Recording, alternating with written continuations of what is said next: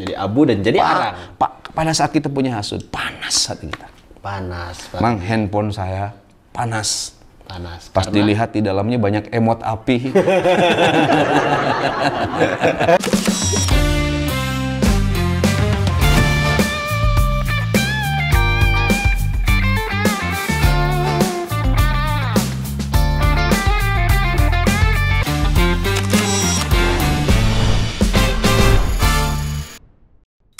Assalamualaikum warahmatullahi wabarakatuh. Waalaikumsalam warahmatullahi wabarakatuh. Selamat datang dan selamat bergabung bersama saya Bren. Saya Ang Ridwan. Program kesayangan kita semua. Apalagi kalau bukan Kulkas Kuliah Ringkas. Satu-satunya kuliah yang gak bikin boring, gak usah ngontrak SKS dan bayar UKT. Namun meskipun ringkas, insya Allah berkelas dan berkualitas. Karena Kulkas Ngademin topik-topik panas bukan pakai nafsu, tapi pakai ilmu dengan bimbingan Wahyu. Kulkas seru kajiannya, Seri sajiannya. Kulkas Ngadem yuk.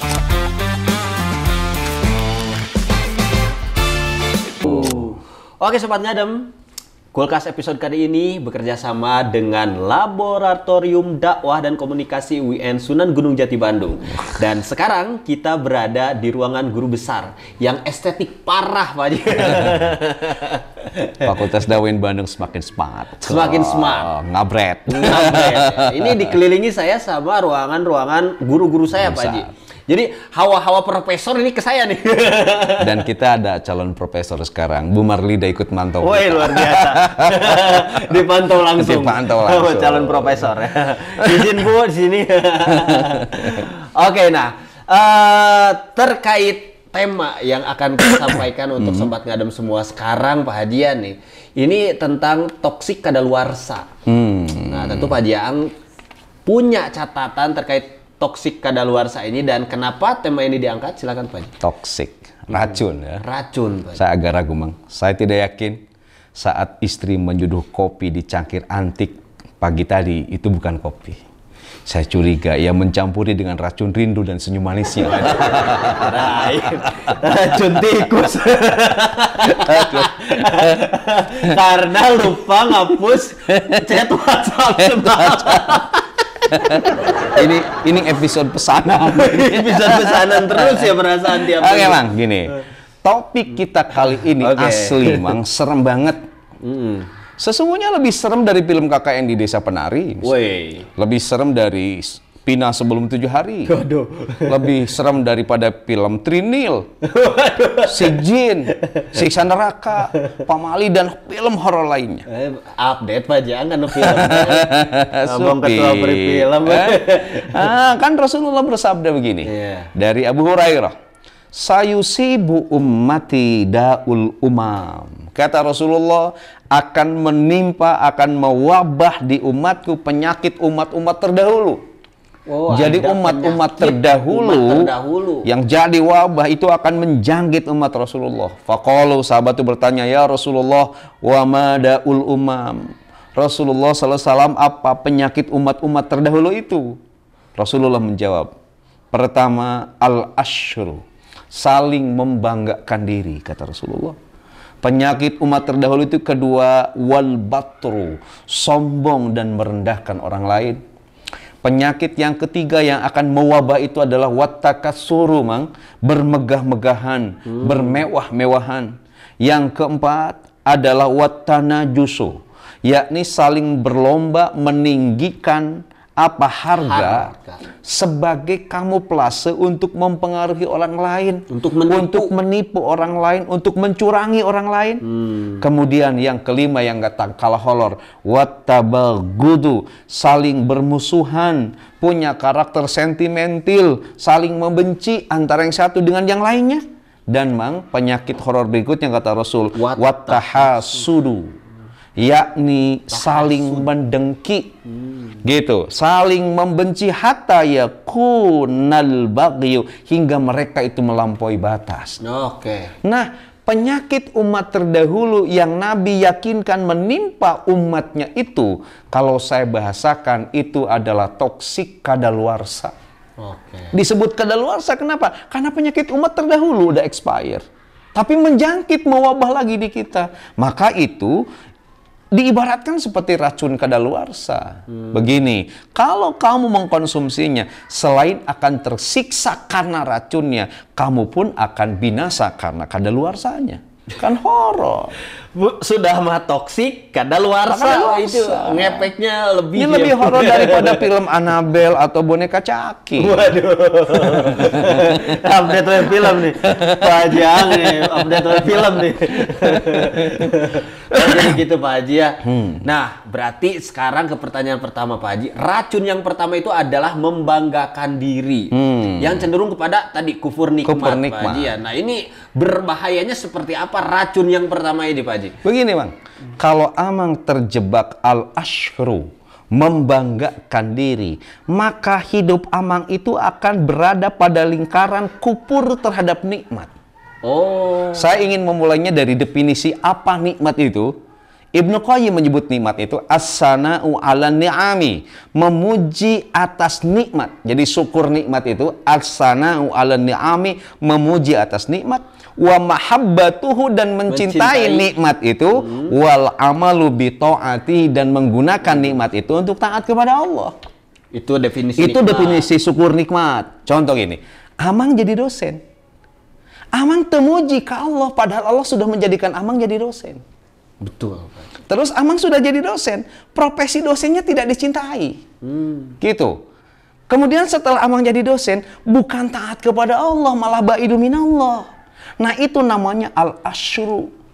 Membanggakan diri seolah jadi dosen oleh dirinya sendiri, bukan oleh Allah. Gitu. Jadi profesi jadi dosennya tidak dicintai, asal-asalan saja.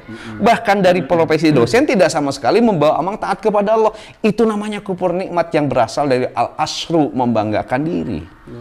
Profesi mulia Mang dosen itu. Yang jelas gini, kalau Allah ngasih ujian pada hambanya, itu sesuai dengan kemampuannya. Tapi banyak dosen yang menguji mahasiswa tidak sesuai dengan kemampuannya. Ini bahaya.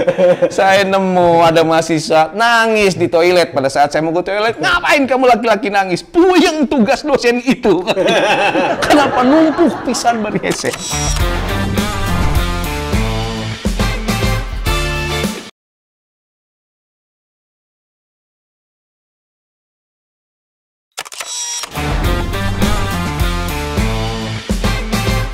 Amang tuh Allah diberi anjali.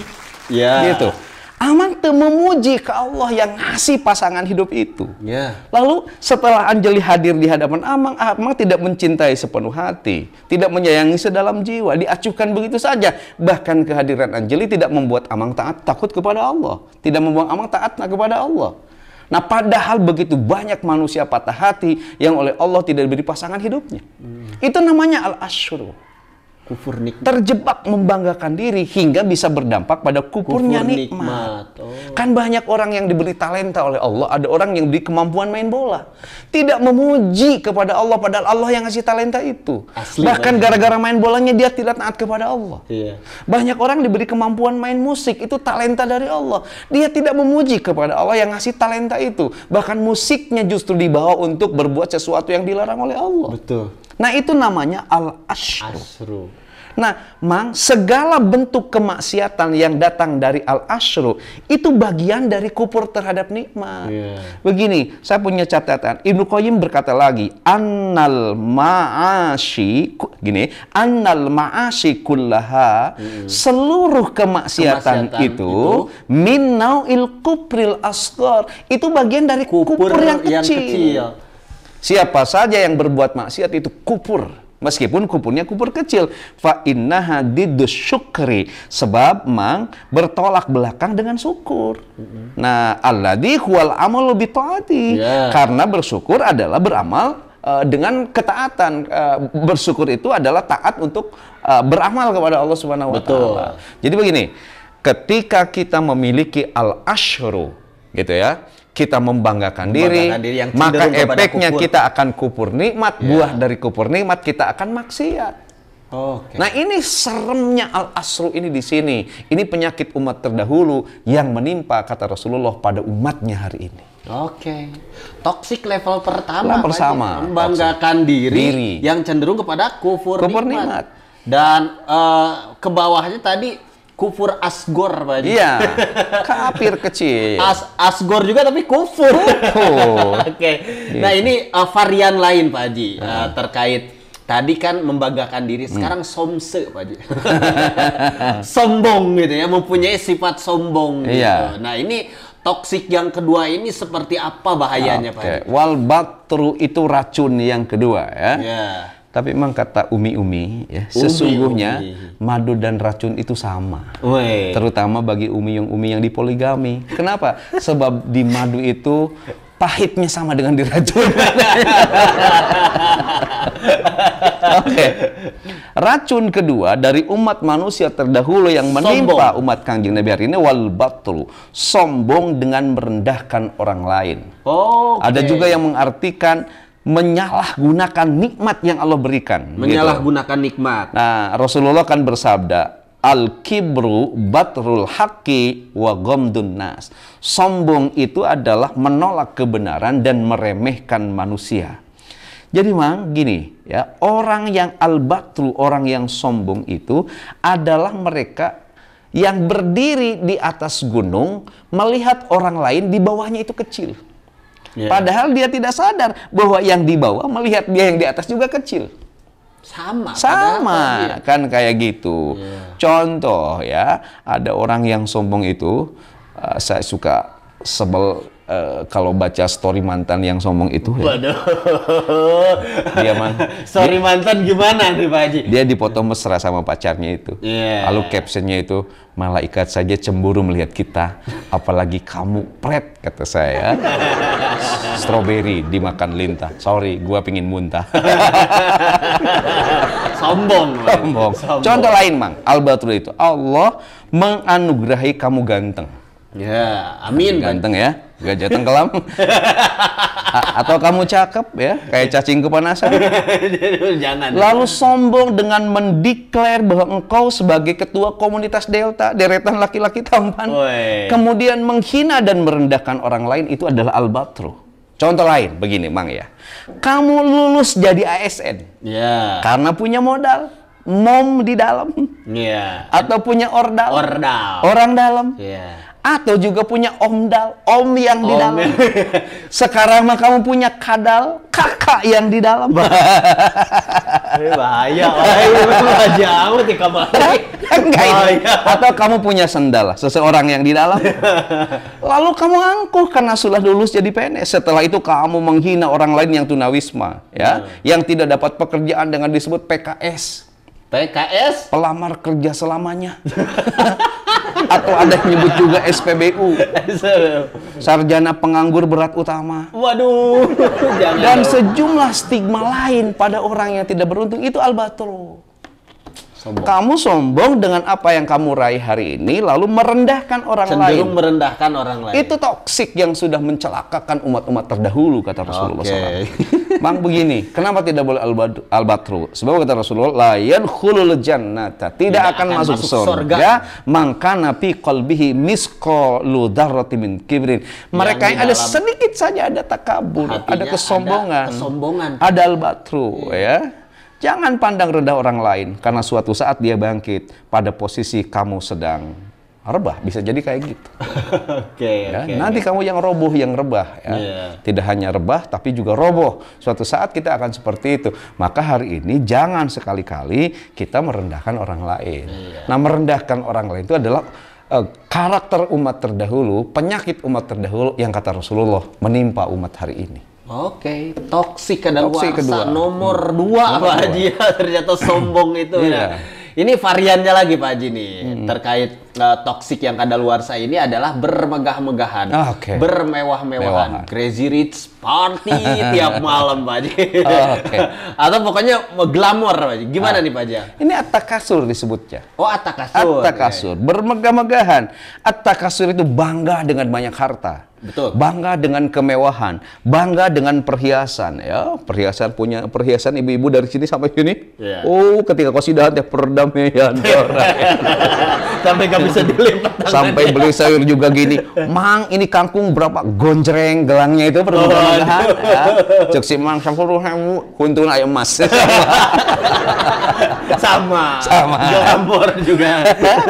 Nah, alhaqumut takasur, bermegah-megahan itu bahaya sebab bisa melalaikan kita. Yang bisa mengingatkan kita dari kelalaian itu hatta zurtumul maqabir. Nah, begini, Mas. Sampai dalam Quran surah Kahf ayat 34 disebut gini. Ada kata gini, ana aksaru minka malan, hartaku lebih banyak daripada hartamu. Tuh orang atakasu tuh gitu, pamer harta. Oh, harta saya lebih banyak daripada harta Pak Prabowo. Harta saya lebih banyak daripada harta Pak Luhut. Harta saya lebih banyak daripada harta Pak Bahlil Lahaladia. Waduh. Harta saya lebih banyak daripada hartanya Pak Nyala Mataliti ya. Lanyala Mataliti. Lanyala Mataliti. Iya. Pamer hartanya lebih banyak, bahkan wa'azzu nafaro. Wah, pendukung saya, pengikut saya lebih kuat daripada pengikut yang lain. Hari ini kan banyak orang yang suka pamer gitu. Ini penyakit umat terdahulu. Sampai gini, saya mah di Mekah wae boga sawah. Waduh, pret. Sampai gitu. Ayah Baji, sareng mang, sareng laut mah, agengan kolam renang di bumi abdi. Waduh. Bumi akang mahi musolana ge langkung ageng tibatan aljabar. Batur mah ulin ka mall jalan-jalan, amang mah di mall nyin imah anjir. Walaupun sudah ada Muhammad sekarang. Di mall bikin. Udang ditambak udang akang mah segede buaya. Bermegah-megahan, bersombong-sombongan. Ini bahaya sebab Rasul bersabda, ta'isha abdud dinari, binasalah, celakalah budak-budak dinar. Celakalah wa dirhami, budak-budak dirham. Wal qatifati, celakalah hamba-hamba pakaian. Mereka yang sudah glamor dengan pakaian itu suatu saat kata Rasulullah celaka. Wal khamisati, dan celaka mereka jadi korban-korban mode. Kenapa? In u'tiya radiya. Ketika Allah ngasih semuanya dia ridho kepada Allah. Wa ilam yu'talam yardo. Tetapi ketika Allah narik semuanya mereka marah sama Allah. Ini hati-hati. At-takasur ini yang akan membuat kita sadar ila turab, kecuali ketika mulut kita sudah disumpal tanah di kuburan. Maka toksik yang sangat berbahaya, racun umat terdahulu yang hari ini mengidap gitu, yang paling bahaya pada level ketiga, bermegah-megahan. Banyak nggak di kita yang sekarang bermegah-megahan? Banyak Pak Haji. Aduh. Pulang haji perhiasan emas digembreng-gembreng.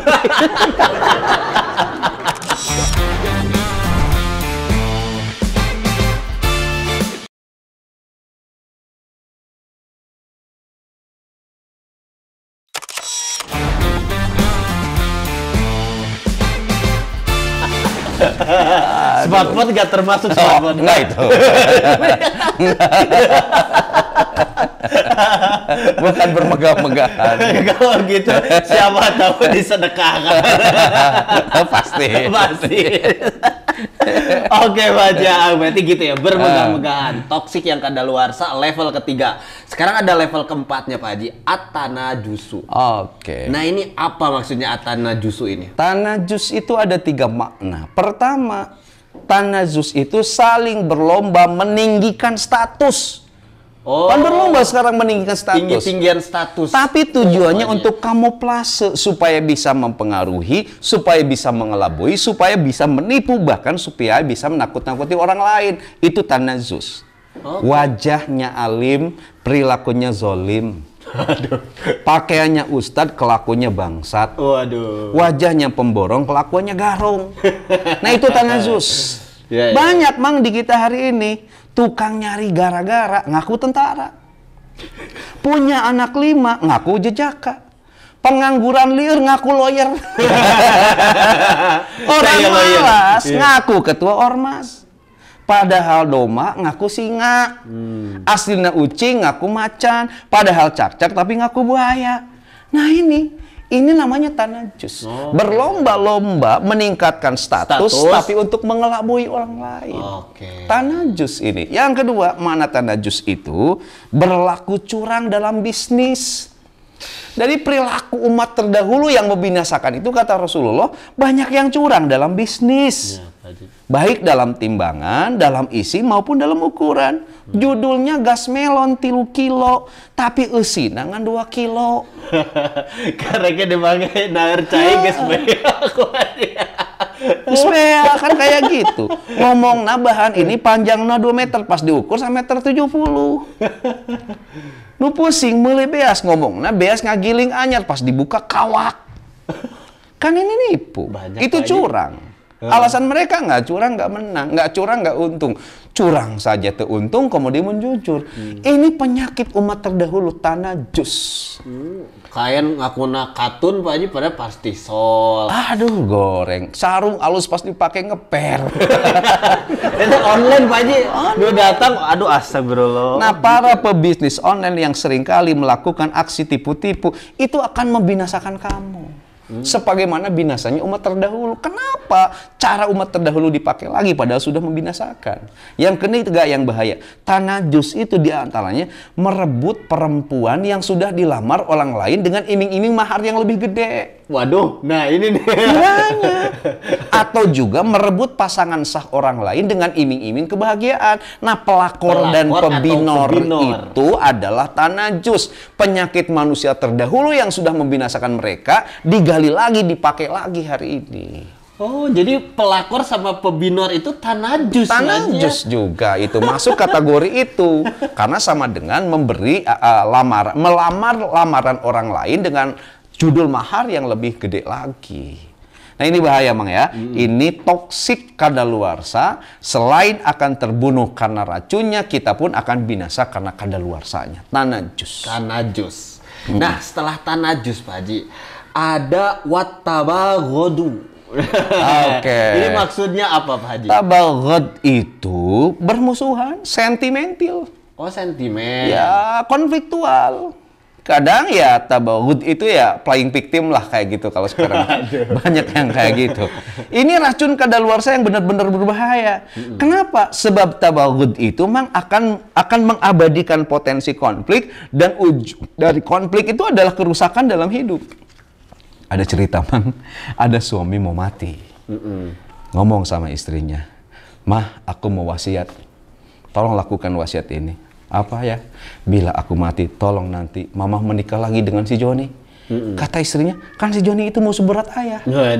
Tolong nanti kalau ayah wafat, Ma nikah lagi sama si Joni. Kenapa? Supaya si Joni merasakan penderitaan yang sudah Papa alami selama 40 tahun hidup dengan kamu. Itu kemusuhan bukan gitu ya. Ternyata matinya karena dia menderita. Memang kita ini disebut innamal mu'minuna ikhwatun. Orang beriman itu adalah saudara. Betul. Tapi karena ada tafsir yang berbeda, kadang kita menjadi bermusuhan. Sampai orang sudah wafat saja diungkit kejelekannya, gitu. Kita sekarang sedang berada pada satu era kontestasi, rebutan otentisitas dan orisinalitas agama kita ya. Wah, karena persoalan itu kita kan terjebak saling membid'ahkan, saling mengkafirkan, saling menghalalkan darahnya, dan itu racun yang berbahaya. Ini ironi banget. Muslim tapi musuhan. Ironinya seperti segini, Mang. Seorang laki-laki mampu menghadapi ribuan ekor lebah demi membawa sebotol madu.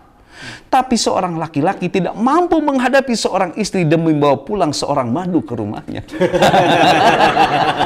Ini jelas ironi ya. Memang begini, sikap saling memusuhi atau tabaghadu itu pada ujungnya akan mengakibatkan atau mengabadikan pertengkaran. Pada kutub itu yang menang jadi arang, yang kalah jadi abu. Saya mau nanya, Mang, kenapa anak kucing sama anak anjing tidak bermusuhan? Karena sama anak-anak. Karena mereka anak-anak. Sudah ketebak. Jokes bapak-bapak. Oke. Tabaghud ya, nggak boleh. Ya. Konfliktual, sentimental, bermusuhan. Konfliktual. Nggak boleh mencari-cari kesalahan orang lain. Inflasi status Habib kemarin nggak boleh, Pak. Nggak boleh lah ya. Biarkan saja tanggung jawab dia masing-masing dengan Tuhannya. Ya. Oke. Nah, sekarang Pak Haji, level yang kelima nih Pak Haji. ada yang namanya watahasusu. Watahasudu, sorry. Ya, tahasud ya. Jadi yang kelima ada tahasud.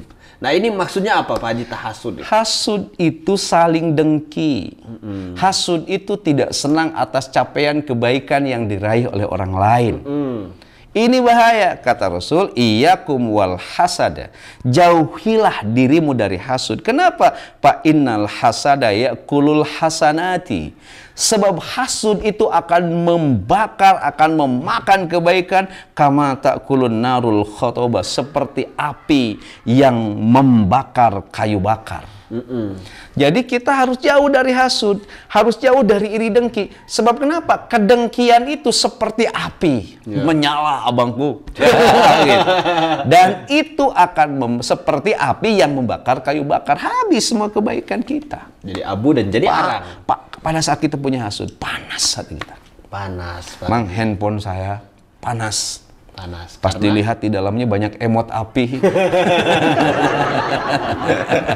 klasik jokes lagi. Handphone saya jatuh, Mang. Tapi gini jadi set. Kenapa? Kenapa? Karena mode pesawat. tidak rusak lagi. Tidak rusak. Karena pakai mode pesawat. Oke, jadi gini, orang hasud itu kenapa disebut bahaya? Karena dia tidak akan punya tabungan amal kebaikan, Mang. Jadi gini, amal sholat itu baik, tapi hasud habis. Amang zakat baik, tapi hasud itu akan habis. Amang puasa baik, tapi hasud habis puasa ini. Maka itu adalah racun yang kadaluarsa. Ya, Mang, kalau istri kita juga, kalau ada hasud di hatinya, itu akan sulit dipahami. Kenapa? Dipanggil hani mau, di madu nyerbu. Kontradiktif. Ada 3 pemanis alami di dunia ini, Mang. Pertama 1 madu, 1 gula, 2 madu, 3 istriku. Tapi pesanan. Lagi-lagi jokes pesanan. Bu Haji, sold out buat Bu Haji yang lagi nonton di rumah. Oke, jadi gitu Pak Haji. Gitu, ya. 5 varian dari toksik yang kadaluarsa yang dialami oleh umat-umat terdahulu. Dan itu bahaya. Yang sekarang mulai muncul lagi satu persatu. Oh, bukan mulai, sudah kayak cendawan di musim hujan. Banyak banget ya Pak Haji. Mulai dari tadi membanggakan diri Pak Haji, kemudian sombong, bermegah-megahan, tanah jusu dan takasur dan tabagodu ya. Dan tahasud ya, dan tahasud gitu. Nah, ini semoga kita terhindar dari toksik yang kadaluarsa ini, dan tentunya untuk menghindari itu Pak Haji Ang ada kata-kata kulkas untuk sobat ngadem semua. Oke, sobat ngadem, begini. Para penipu adalah penabur racun pada hidangannya sendiri. Ya, betul. Lalu ia lahap begitu atau menyantap begitu lahap. Aksi tipu-tipu, pahami, adalah racun kadaluarsa yang disebabkan oleh keserakahan yang membabi buta. Oke. 2. Kedengkian dan permusuhan adalah racun untuk setiap pikiran dan jiwa. Ia tidak hanya merenggut kedamaian, tetapi juga kebahagiaan. Oke. 3. Kesombongan adalah racun yang melahirkan candu. Pelan-pelan merenggut akal sehat. Setelah itu berakhir dalam ambigu dan kedunguan yang tak terobati. Waduh, kedunguan yang tak terobati ini kayaknya mengutip dari Rocky Gerung ini. Oke. Ilmu pengetahuan dan kearifan adalah penawar yang lebih baik untuk setiap racun, meski racunnya kadaluarsa. Jadilah ahli ilmu dan ahli kearifan, meski hanya nyimak kulkas ngadem yuk. Oke. Jadi itu obatnya Pak Haji, kearifan dan keilmuan. Seperti guru-guru besar yang punya ruangan ini Pak Haji. Dan kita ada di ruangan mana by the way ini Pak Haji? Di ruangan forum guru besar di Fakultas Dakwah yang semakin smart. Semakin smart. Sudah banyak para guru besar di kampus ini, dan mereka adalah muara kearifan dan keilmuan yang akan menyelamatkan umat dari toksik yang kadaluarsa. Luar biasa. Oke, tidak terasa 30 menit kebersamaan kita menemani sobat ngadem semua di rumah. Jawaban atas pertanyaan ini jangan dianggap yang paling benar, tanya lagi pada narasumber yang lain. Amin. Jangan lupa juga like, komen, dan subscribe Yang Ridwan Official. Dan jangan lupa juga saksikan terus Kulkas di Inspira TV. TV inspiratif dan positif. Saya Bren Cianjur undur diri. Saya pun Ang Ridwan undur diri. Tetap di program kesayangan kita semua. Apalagi kalau bukan Kulkas. Kuliah ringkas, satu-satunya kuliah yang gak bikin boring, gak usah ngontrak SKS dan bayar UKT. Namun meskipun ringkas, insya Allah berkelas dan berkualitas. Karena Kulkas ngademin topik-topik panas bukan pakai nafsu, tapi pakai ilmu dengan bimbingan wahyu. Kulkas seru kajiannya, seri sajiannya. Kulkas ngadem yuk. Assalamualaikum warahmatullahi wabarakatuh. Waalaikumsalam warahmatullahi wabarakatuh.